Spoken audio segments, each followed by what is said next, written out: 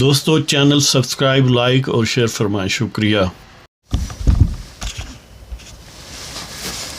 بسم اللہ الرحمن الرحیم، الحمدللہ رب العالمین والصلاة والسلام علی خاتم النبیین پاک ویوز محمد منشا۔ السلام علیکم، کیسے ہیں جناب؟ دو باتیں آج ڈسکس کر رہے ہیں۔ ایک تو یہ کہ انیشلی جو الیکشن کمیشن نے ڈیلیبریشن کرنے کے بعد جو فیلرز یعنی میڈیا میں تھے کہ جو پشاور ہائی کورٹ کے ایک جج کا فیصلہ ہے اس کے خلاف وہ سپریم کورٹ میں اپیل کر رہے ہیں، اور بظاہر خبریں یہ آ رہی تھیں کہ وہ 2 جنوری کو اس کی سماعت بھی ہوگی۔ لیکن اب تازہ اپڈیٹ یہ ہے کہ الیکشن کمیشن آف پاکستان نے مجموعی کولیکٹیو وزڈم سے یہ ڈیسائیڈ کیا ہے کہ وہ سپریم کورٹ آف پاکستان میں اپیل نہیں کریں گے براہ راست، بلکہ پہلے پشاور ہائی کورٹ میں۔ اور دوسرا ایشو جو ہے وہ آپ نے یہ سنا ہوگا خبروں میں یا پروپیگنڈے میں کہ شوکت خانم کا یعنی شوکت خانم ٹرسٹ، جس کے تحت شوکت خانم ٹرسٹ کینسر ہاسپٹل ہے، کہ اس کا لائسنس فنڈ ریزنگ کا منسوخ ہوا ہے۔ تو یہ دونوں پہلے الیکشن کمیشن کا تذکرہ کرتے ہیں کہ کیوں انہوں نے ایسا کیا۔ اصل میں جب کوئی ہائی کورٹ کا سنگل ممبر بینچ یا ایون 2 ممبر بینچ جو فیصلہ دیتا ہے، اور خاص طور پر وہ یعنی فائنل ورڈکٹ نہ ہو، تو ایون فائنل ورڈکٹ میں بھی انٹرا کورٹ اپیل کی جا سکتی ہے، لیکن اس سے ادھر جو ابھی فیصلے جیسے یہ ایک ٹیمپوریری سیسیشن آف جو الیکشن کمیشن آف پاکستان کا فیصلہ اس کو ٹیمپوریریلی ود ہولڈ کیا گیا یا سسپینڈ کیا گیا، روکا گیا، گویا سادہ لفظوں میں اسٹے دیا گیا۔ اور یہ ٹیمپوریری اسٹے بھی ٹیمپوریری اتنا ہوتا ہے کہ تا قیامت بھی رہ سکتا ہے، اور سالوں رہتے ہیں ہائی کورٹ اور سپریم کورٹ میں ایسے بظاہر ٹیمپوریری کا لفظ استعمال کر کے۔ تو بہرحال انہوں نے جو اپنے لیگل ظاہر مشیر ہیں یا لیگل مائنڈ ہیں ان سے کنسلٹ کرنے کے بعد یہ فیصلہ کیا ہے کہ بجائے وہ ڈائریکٹلی سپریم کورٹ میں جائیں، وہ پہلے انٹرا کورٹ اپیل کریں گے تاکہ ایک ڈویژن بینچ ڈیسائیڈ کرے اس ایشو کو۔ ایسا کیوں کیا؟ اس کا سبب یہ ہے کہ عام طور پر یہ امکان موجود ہوتا ہے کہ اگر آپ ڈائریکٹ سپریم کورٹ میں جاتے ہیں اور ایسا کوئی اور وے آؤٹ پہلے یا ریمیڈی کا کوئی فورم موجود ہو، تو اس میں بعض اوقات یہ ججز جو ہیں وہ ظاہر اپنے بینٹ آف مائنڈ کے مطابق یہ کہہ سکتے ہیں کیس کو یعنی ریجیکٹ کر سکتے ہیں، یا کہتے ہیں کہ اپنی یہ اپیل ودرا کر لو، پہلے جو اویلیبل فورم ہے اس سے لیسر اس پر جاؤ۔ تو ایک تو یہ بات ہے کہ کہیں سپریم کورٹ میں جائیں تو کیونکہ ٹائم بہت تھوڑا ہے، ایک طرف پشاور ہائی کورٹ نے 9 تاریخ مقرر کی ہے، 13 تاریخ آخری ہے الیکشن سمبلز الاٹ کرنے کی، اور ظاہر الیکشن سمبلز الاٹ نہیں ہوں گے تو اس سے پہلے ریزروڈ سیٹس جو ہیں خواتین کی، مائنورٹیز کی، ان پر جو یعنی لسٹیں جاتی ہیں ان کو کنفرم کرنا کہ وہ کس سمبلز کے تحت ہیں وغیرہ وغیرہ، وہ جو فائنل لسٹ جاری ہوتی ہے وہ ہو نہیں سکتی۔ تو یہ بڑا کمپلیکیٹڈ ہے اور ٹائم باؤنڈ ہے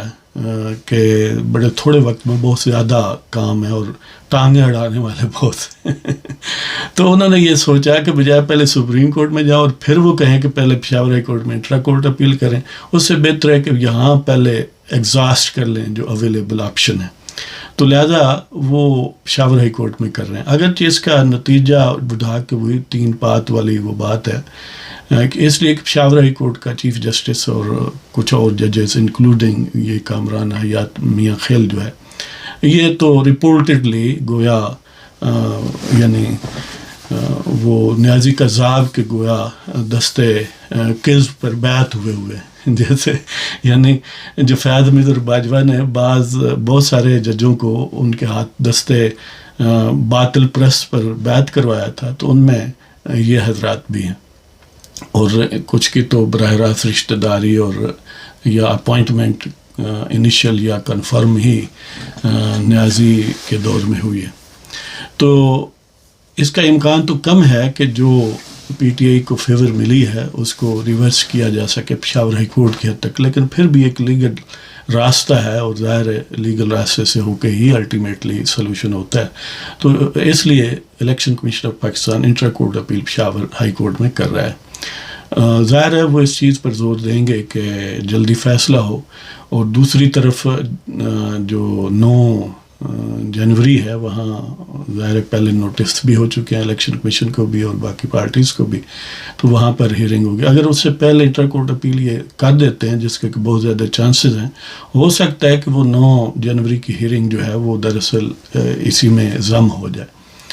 تو دیکھتے ہیں، اس لیے کہ وہاں پر اگر بالفرض فیصلہ الیکشن کمیشن کے خلاف آتا ہے تو پھر وہ سپریم کورٹ میں جائیں گے، اور ظاہر ہے پھر ارجنٹ بیسس پر جائیں گے. اور سپریم کورٹ میں آپ کو پتہ ہے کہ جو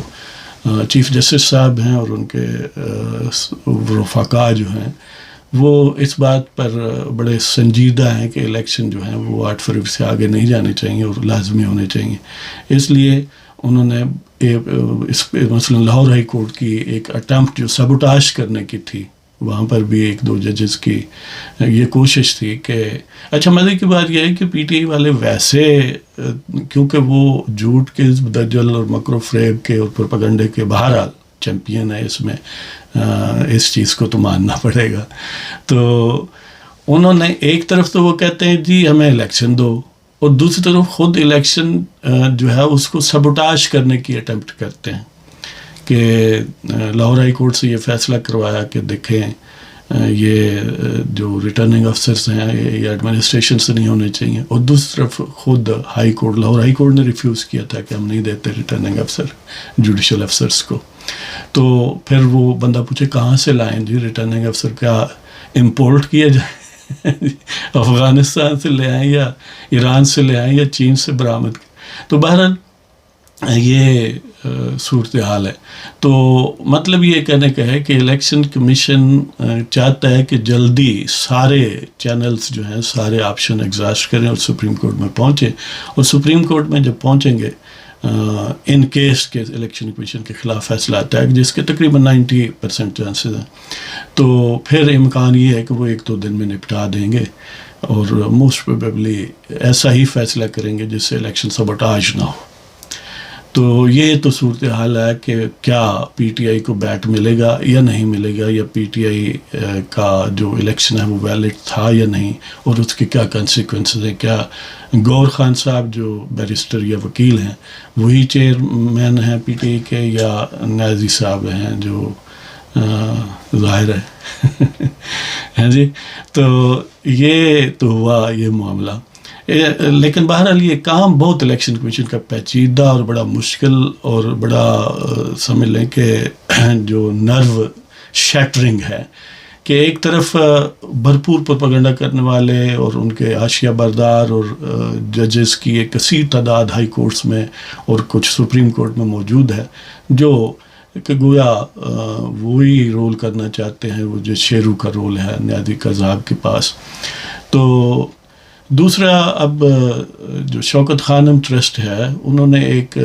فنڈ ریزنگ گالا اسلام آباد کی مقامی ہوٹل میں 29 دسمبر کو، یعنی جب تک آپ تک یہ پروگرام پہنچے گا موسٹ پروبیبلی 30 دسمبر ہو جائے گی، تو 29 کو تھا جس کو کینسل کیا گیا. کینسل کیوں کیا گیا ہے کہ آئی سی ٹی یعنی اسلام آباد کیپٹل ٹیریٹری ایڈمنسٹریشن کی طرف سے اس کو جو اجازت نامہ اس فنڈ ریزنگ کے لیے تھا اس کو کینسل کیا گیا. اب میڈیا پر یعنی جو سوشل میڈیا اس پر یہ مبہم یا جان بوجھ کر یہ ایک کنفیوژن پھیلایا جاتا ہے کہ شاید شوکت خانم ٹرسٹ کا پورا جو انہیں فنڈ ریزنگ کے یعنی بطور چیریٹی وہ کرتے ہیں اس کو ختم کیا گیا. ایسا نہیں ہے، وہ ایک اسپیسیفک ایونٹ کو ختم کیا گیا، اور جس بیس پر ختم کیا گیا الٹیمیٹلی اس کے اثرات ان کے لیے اگر حکومت بضد رہی تو خاصے اہم ہو سکتے ہیں. وجہ اس کی یہ ہے جو اسلام آباد کیپٹل ٹیریٹری ایڈمنسٹریشن کی طرف سے دی ہے کہ جو انٹرنیشنل ڈونر ادارے ہیں جیسے ورلڈ بینک ہے، آئی ایم ایف ہے، یعنی جہاں پر آپ کو پتہ ہے وہ گرے لسٹ اور بلیک لسٹ وغیرہ کا بھی الٹیمیٹ چکر ہوتا ہے، تو وہ چاہتے ہیں کہ منی لانڈرنگ کو کنٹرول کرنے کے لیے یہ جو چیریٹیز ہیں وہ اپنا آڈٹ کروائیں اور اپنے سورسز آف فنڈنگ جو ہیں اس کو ڈسکلوز کریں. اب یہ جو فنڈ ریزنگ ہوتی ہے اس میں منی لانڈرنگ کا بہت یعنی چانسز ہوتے ہیں. تو کیونکہ شوکت خانم ٹرسٹ نے اپنا آڈٹ بھی کروایا نہیں، وہ اس پر تو یقین ہی نہیں رکھتے، وہ اپنا یہ برتھ رائٹ سمجھتے ہیں لوگوں کو لوٹنا اور کسی قسم کی قانون اخلاق کی پابندی نہ کرنا. لہذا کیونکہ انہوں نے آڈٹ نہیں کروایا اور اپنے سورس آف فنڈنگ جو ہے ایڈیکویٹلی اس کو ڈسکلوز نہیں کیا، تو اس وجہ سے انہوں نے اس کے فنڈ ریزنگ جو ایونٹ تھا اس کو اسلام آباد ایڈمنسٹریشن نے اس کا اجازت نامہ جو ہے وہ ختم کیا. اب ظاہر ہے اس پروپیگنڈے میں دندان ساز علوی صاحب بھی شامل ہو گئے، دیکھیں جی یہ بہت ظلم ہو گیا ہے، اس طرح بندے فوت ہو سکتے ہیں. حالانکہ یہ جو شوکت خانم ہے وہ دراصل ایک بزنس امپائر ہے اور انڈر دی گارب آف چیریٹی ہے. آپ خود دیکھ لیں، خان صاحب کی اپنی ویڈیوز موجود ہیں، وہ کہتے تھے میں بینکرپٹ ہو گیا تھا، بینکرپٹ ہو کے ایون میں نے اپنی کار بیچ دی تھی، پھر جوا کھیلا اپنے سابق سالے ہیں جی، تو اس کے ساتھ مل کے پھر، اور ظاہر ہے اس کے علاوہ یہ چیریٹی کے فنڈ جو بیرون ملک سے بہت سے ان کے اشیاء بردار جو ارد گرد لوگ ہیں، یہ یعنی یہ جو ایک بالکل سلیوش ایٹیچیوڈ رکھتے ہیں ان کے ساتھ، شیرو کا طریقہ رکھتے ہیں. اس کی کئی وجوہات ہیں، جن میں سے ایک وجہ یہ بھی ہے کہ وہ اس گارب کے تحت فارن کنٹریز سے، خصوصاً ویسٹرن کنٹریز سے فنڈ ریز کرتے ہیں، اور ظاہر ہے وہ مینی پاکٹس میں جاتا ہے، اور پھر لابینگ اور یہ یعنی ٹوٹل ایک پولیٹیسائزڈ چیریٹی ہے جو ظاہر ہے پاکستان کو ڈیسٹیبلائز کرنے کے لیے الٹیمیٹلی یوز ہوتی ہے. یہ ظاہر ہے اس میں بہت سارے لوگوں کا انپٹ ہے، لیکن الٹیمیٹ اس کا یوز یہ ہے. تو اس لیے آڈٹ کروانا اور disclosure of sources of funding یہ ایک مینڈیٹری اور ضروری ہے، نہ صرف پاکستان کے قانون کے مطابق بلکہ پاکستان کو آئندہ کسی بلیک لسٹ یا گرے لسٹ میں شامل نہ ہونے کی کوشش کے طور پر بھی یہ ضروری ہے. لہذا اس وجہ سے انہوں نے یہ ختم کیا. ویسے ایک یعنی ارریسپیکٹو آف یہ سچویشن، اس سچویشن میں ایک اور بات آپ سے میرا نقطہ نظر ہے سمجھنے کا ان کو وہ کرنا چاہتا ہوں کہ اگر کوئی اچھا پھر یہ ہے کہ یہ جو ایونٹ تھا یا ایسے ایونٹ جو ہوتے ہیں خاص طور پر جو شوکت خانم ٹرسٹ کرتا ہے، اس میں ناچ گانا، بےہودگی، یعنی یہ میوزیکل گویا اس میں ضرور ہوتا ہے معاملہ. تو اگر کوئی دین کے لیے اللہ اور رسول صلی اللہ علیہ وآلہ وسلم کی خوشنودی کے لیے اور ان کے احکامات کی تابعداری میں فنڈز دینا چاہتا ہے، زکوٰۃ، صدقات، خیرات، تو پھر اس کو وشیٹ کرنے کا بیسٹ طریقہ یہ ہے کہ وہاں پر رقص و سرود کی محفل اور یعنی یہ ناچ گانا کروایا جائے. اس لیے کہ یہ شیطان کو یہ بہت محبوب ہے. وجہ اس کی یہ ہے کہ ایک طرف تو پیسے خرچ ہوں گے اور ان کا ثواب نہیں ملے گا. یعنی آپ نے ناچ گانے کے عوض گویا اپنی زکوٰۃ دے دی ہے تو وہ بطور زکوٰۃ پھر نہیں ہوگی، اور پھر لینے والے بھی دل دادہ ہیں اس چیز کے. ایک تو اس کا یہ پہلو ہے کہ یعنی جو جس مقصد کے لیے اگر آپ موٹیویٹڈ دین سے ہیں تو اس وجہ سے دیتے ہیں، تو پھر تو یہ بالکل یعنی یہ لغو بات ہے ناچ گانے کی محفل اٹینڈ کر کے اس کو وشیٹ کر کے زکوٰۃ، صدقات، خیرات دینا. ہاں اگر آپ نام و نمود اور اپنا گڈ ول پیدا کرنا چاہتے ہیں، ایک بہت فلنتھروپسٹ ہیں،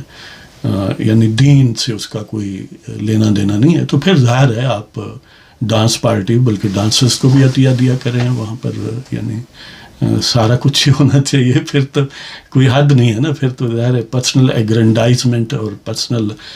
سیٹسفیکشن کی بات ہے، تو پھر وہ معاملہ ٹھیک ہے. اور ایک اور اسپیکٹ یہ ہے کہ یہ جتنی ایسی این جی اوز ہیں جو صدقات، خیرات، زکوٰۃ وغیرہ اکٹھی کرتی ہیں، لیکن ان کی جو چلانے والے اس کی روح رواں ہیں وہ بالکل بے دین، کاذب اور دجال قسم کے لوگ ہوں، جو یعنی جن کا دین کے ساتھ کسی قسم کا کوئی لینا دینا نہ ہو. تو ایسے لوگوں کی چیریٹی کو کبھی آپ دین کے حوالے سے نہ دیں. اس کا سبب یہ ہے کہ یہ ایک انڈائریکٹ اٹیک ہے دینداری پر. آپ سمجھتے ہوں گے کہ میں آج مولوی بن گیا ہوں، لیکن کیونکہ یہ فراڈ سیدھا سادہ ہوتا ہے اور بہت سارے لوگ اس میں پھنستے ہیں، تو اس کو دیکھ کر بندے کو بڑی بیزاری ہوتی ہے. یار یہ کیسے لوگ ہیں؟ لوٹنے والے تو لوٹتے ہی ہیں، اور لوٹنے والے بھی بڑے یعنی ریڈیلی لوٹنے کے لیے تیار رہتے ہیں. کہ بالفرض یہی سمجھ لیں کہ ایک ٹاؤن ہے، وہاں پر 100 فیملیز ہیں، ان میں پوٹینشیل ہے، بالفرض آپ سمجھ لیں کہ 1 کروڑ کا ہے کہ وہ ڈونیٹ کر سکتے ہیں زکوٰۃ، خیرات، صدقات کے یعنی حوالے سے. تو ایک اس طرح کا جو پروپیگنڈا کر کے، اور ظاہر ہے بے دین قوتیں جو ہیں ان کا پروپیگنڈا کہیں سے ٹرانگ ہے، اور وہ اپنا انفراسٹرکچر میڈیا استعمال کر کے ایک ایسی فضا کریٹ کرتے ہیں کہ وہ پورے جو ریسورسز ان کو ٹیپ کر لیتے ہیں. یعنی 1 کروڑ کا پوٹینشیل تھا، وہ کروڑ انہوں نے ٹیپ کر لیا. اب وہاں پر جو یعنی دینی مدارس ہو سکتے ہیں، دینی طلبہ ہو سکتے ہیں، ایسے علماء بے لوث ہو سکتے ہیں کہ جن کی مدد اسلامی معاشرے پر ضروری ہے. تو یعنی دینی مقاصد یا ایسے حاجت مند، ایسے رشتہ دار، محلے دار، ٹاؤن فیلو ہو سکتے ہیں کہ جن کو یعنی جو دین کے معیار حاجت پر پورا اترتے ہوں. اسی طرح یعنی دینی ایکٹیویٹیز کے لیے جو فنڈز درکار ہیں وہ نہیں ملیں گے یا بہت کم ملیں گے. تو ایک طرف تو آپ کی زکوٰۃ، صدقات، خیرات بظاہر جو آپ نے مالی عبادت کی تھی وہ ضائع ہوئی، پیسے ضائع ہوئے، لیکن اس کا یعنی دینی نقطہ نظر سے جو فائدہ ہونا چاہیے تھا وہ آپ کو نہیں ملا. یعنی ٹوٹل ایک حماقت اور جہالت کا ہے. اور دوسرا اس کا نقص یہ ہے کہ جو ایک لیجیٹیمیٹ ایک دینی ایکٹیویٹی کو فنڈ کرنے کے ریسورسز تھے وہ ایگزاسٹ کر دی گئے، وہ کنجروں پر آپ نے صرف کر دیے. تو یہ لہذا ہماری درخواست ہے دست برستہ لوگوں سے کہ خدا را اگر آپ دین کے لیے، اللہ اور رسول کے لیے صدقات، خیرات دیتے ہیں، یہ یعنی کسی بھی حوالے سے، یہ جو مینڈیٹری زکوٰۃ ہے وہ، یا ویسے آپ یعنی آپ کے پاس اللہ تعالیٰ کی دی ہوئی بہت کچھ ہے اور آپ دینا چاہتے ہیں، تو اگر اللہ اور رسول کی خوشنودی کے لیے دینا چاہتے ہیں تو ہمیشہ کسی دینی ادارے کو دیں یا براہ راست حاجت مندوں کو دیں. ایسے ٹھگوں کو نہ دیں جو جوئے میں ہار جاتے ہیں، جن کی اپنی زندگی کا دین سے کوئی لینا دینا نہیں ہے، اپنی شاہانہ زندگی گزارتے ہیں اور لوگوں سے 10 روپیہ بھی ان کی جیب سے نکال لیتے ہیں. ایک طرف یہ ہے کہ یعنی یہ لوگ ہیں جیسے کہ ارب پتی ہوگی، کوئی سلائی مشین لیکن چیریٹی کے فنڈ سے ارب پتی ہوگی، کوئی قارون یعنی بن گئے، یعنی کوئی باجی سلائی مشین، کوئی خان صاحب، کوئی ادھر ادھر لوگوں سے مانگ کے صدقہ و خیرات کے نام پر، اور یعنی محلات کھڑے کر لیے اور بہت کچھ کر لیا. اور دوسری طرف ایسے بھی لوگ ہیں کہ جو اپنی جیب سے جنہوں نے چیریٹی کی اس میں ہاسپٹل بھی بنائے اور پھر اس کا انتظام بھی کوئی اپنے ٹاؤٹوں کے ہاتھ میں یا اپنے ہاتھ میں نہیں رکھا، بلکہ وہ کسی اور آرگنائزیشن کو یا حکومت کے متعلقہ محکمے کو دے دیے، یا اگر خود بھی چلائے تو اپنے پیسوں سے چلائے، اپنی جیب سے، اپنے بزنس کر کے اس میں سے جو زکوٰۃ، صدقات، خیرات وغیرہ وہ دینا چاہتے ہیں اس سے چلائے. ایسی کئی مثالیں ہیں پاکستان میں. آپ یعنی شوکت خانم کا تو بڑا تذکرہ ہوتا ہے جس میں خود عمران خان کہتا ہے کہ نواز شریف نے لیٹ 80s یا ارلی 90s میں 50 کروڑ روپے دیے تھے جو اب اربوں میں ہیں. لیکن اسی نواز شریف نے شریف میڈیکل سٹی ہاسپٹل بنایا ہوا ہے. آپ نے کبھی فنڈ ریزنگ گالا نہیں دیکھا، ساتھ ڈانس پارٹی نہیں دیکھی کہ اس کے حوالے سے وہ فنڈ اکٹھے کر رہے ہوں، اس لیے کہ وہ اپنے بزنسز اپنی جیب سے جو زکوٰۃ، خیرات، صدقات کرتے ہیں اس سے وہ چلاتے ہیں. تو بہرحال بات بڑی لمبی ہوگی. اللہ تعالیٰ آپ سب کو خوش و خرم رکھے، اور یہ جو ٹھگ ہیں مختلف صورتوں میں، اللہ تعالیٰ ان کے شر سے آپ کو محفوظ رکھے. پاکستان زندہ باد. خدا حافظ.